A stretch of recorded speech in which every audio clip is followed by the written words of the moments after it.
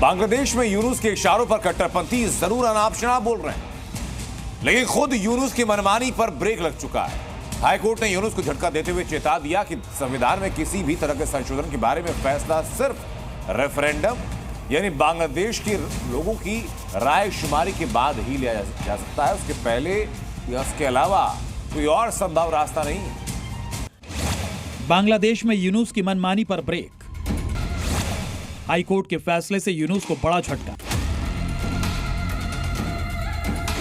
हिंदुओं पर हमले को बैकडोर से बदलाव का अमली जामा पहनाने की कोशिश में जुटी यूनुस सरकार को हाईकोर्ट से बड़ा झटका मिला है।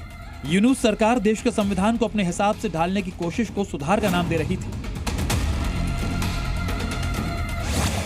इसी कड़ी में यूनुस ने कहा कि देश में जब तक सुधार नहीं आ जाते तब तक चुनाव नहीं होंगे। यूनुस का सुधार कहने का मतलब साफ था, संविधान को अपने हिसाब से बदलना।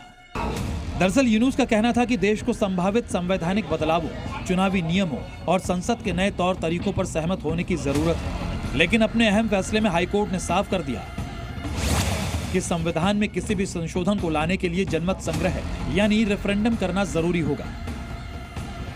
लगता है बांग्लादेशी सरकार के चीफ को हाईकोर्ट से झटके की भनक लग गई थी।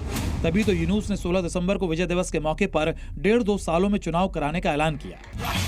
हाईकोर्ट के इस फैसले को अगर दूसरे तरीके से देखें तो यूनुस के लिए संविधान बदलने और रेफरेंडम कराना कोई मुश्किल काम नहीं दिख रहा है, क्योंकि हाल ही में बांग्लादेश में संविधान बदलने के लिए कोशिशें तेज होती हुई दिखाई दी थी, जिसके लिए वेबसाइट भी लॉन्च की गई थी और लोगों के सुझाव तक मांगे गए थे।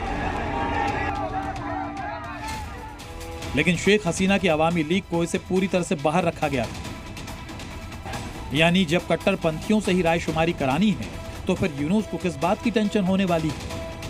ब्यूरो रिपोर्ट, जी मीडिया। जी न्यूज़।